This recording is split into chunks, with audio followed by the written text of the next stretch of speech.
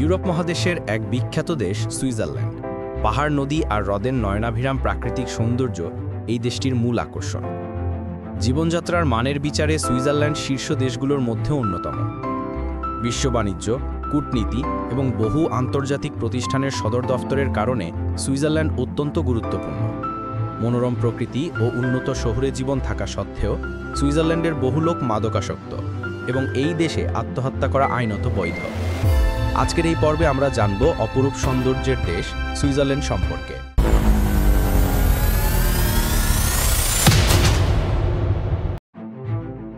Switzerland মধ্য ইউরোপে অবস্থিত হলেও দেশটি ইউরোপীয় ইউনিয়নের অন্তর্ভুক্ত নয়।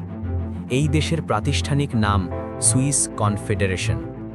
সুইজারল্যান্ডের প্রশাসনিক রাজধানী হল বার্ন এবং গ্লোজান শহরে দেশটির বিচারিক কেন্দ্র অবস্থিত। তবে সুইজারল্যান্ডের সবচেয়ে পরিচিত শহরগুলো হল জুরিখ এবং জেনেভা। সুইজারল্যান্ডের প্রশাসনিক বিভাগগুলোকে বলা হয় ক্যান্টন।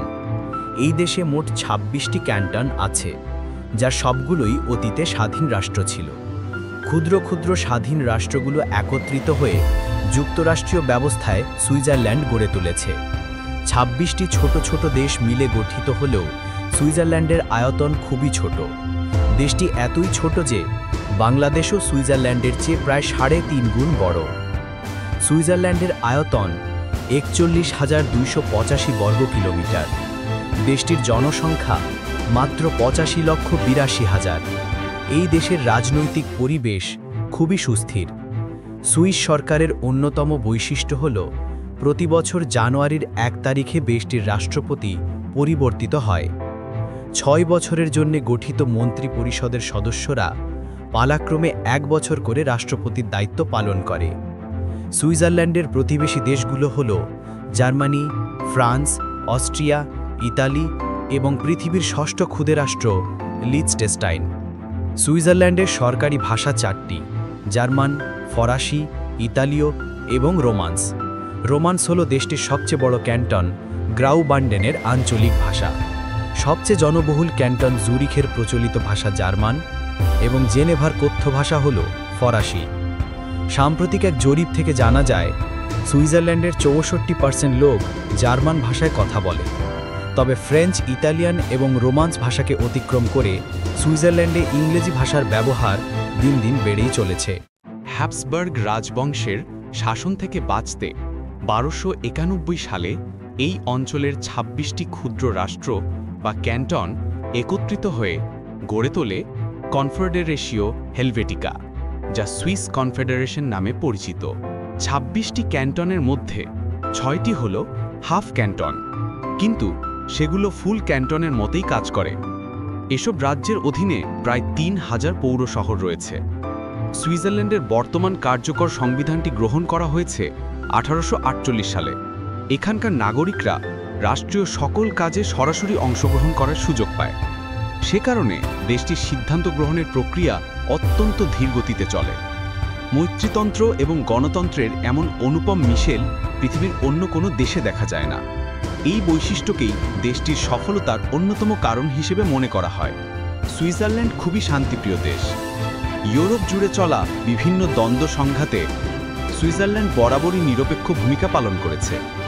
যদিও বিশ্বযুদ্ধকালীন পরিস্থিতিতে মিত্রশক্তি এবং অক্ষশক্তির কোনো পক্ষই সুইজারল্যান্ডের সার্বভৌমত্বের প্রতি যথাযথ সম্মান প্রদর্শন করেনি।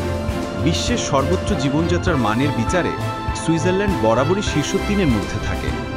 দেশটি পৃথিবীর ধনী রাষ্ট্রগুলোর মধ্যেও অন্যতম। সুইজারল্যান্ডের মুদ্রার নাম সুইস ফ্র্যাঙ্ক। এক সুইস ফ্র্যাঙ্ক বাংলাদেশের প্রায় ১৫৪ টাকার সমান। সুইজারল্যান্ডের ব্যাংকগুলো কালো টাকা নিরাপদে রাখার জন্য কুখ্যাত। পৃথিবীর বিভিন্ন অঞ্চলের অসাধু, দুর্নীতিবাজ বিত্তশালীরা তাদের অবৈধ সম্পদ সুইজারল্যান্ডের ব্যাংকগুলোতে অনায়াসে জমা রাখতে পারে। বিশ্ব বাণিজ্য এবং শিল্প প্রতিষ্ঠানের জন্য সুইজারল্যান্ড অত্যন্ত সহজ ব্যবস্থা গড়ে তুলেছে। তাছাড়া সুইজারল্যান্ডের জেনেভায় রয়েছে বহু আন্তর্জাতিক প্রতিষ্ঠানের সদর দপ্তর।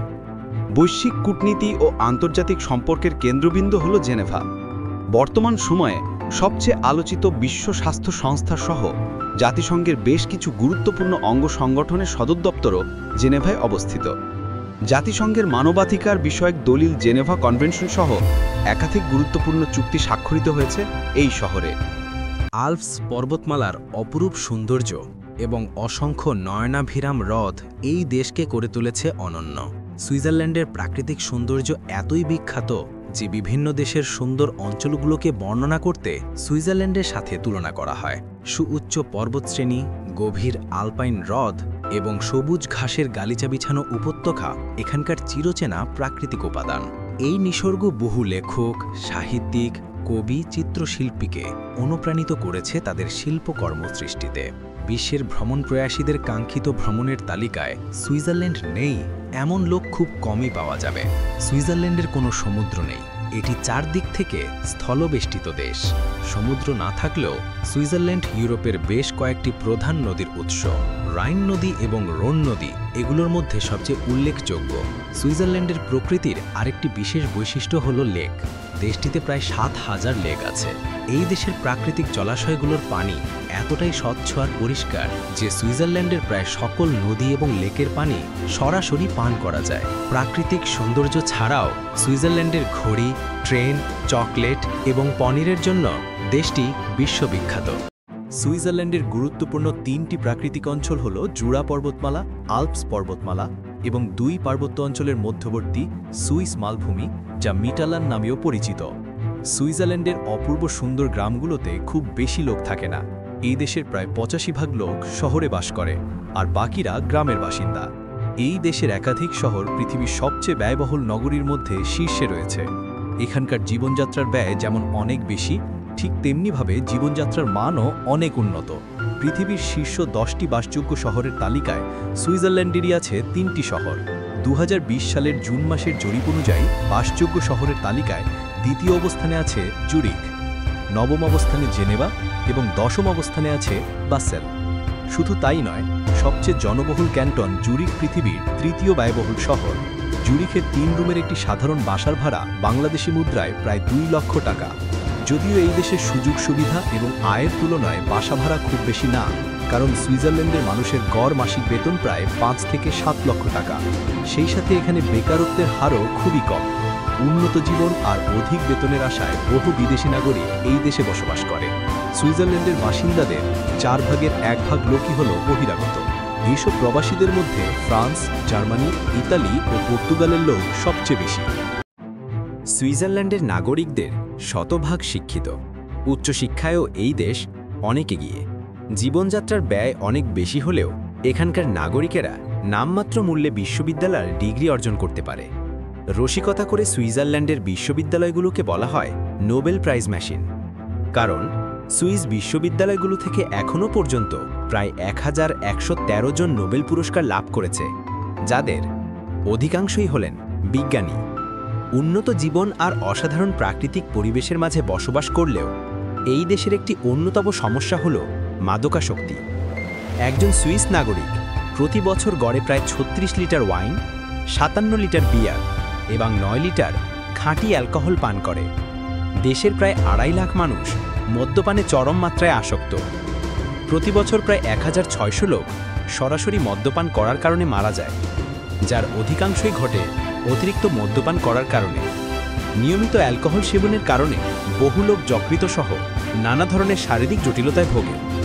সুইজারল্যান্ডে যত লোক মৃত্যুবরণ করে তাদের মধ্যে প্রায় 41% হৃদরোগে এবং 26% ক্যান্সারে আক্রান্ত হয়ে মারা যায়। এত শান্তির দেশ হলেও সুইজারল্যান্ডে আত্মহত্যা করা বৈধ।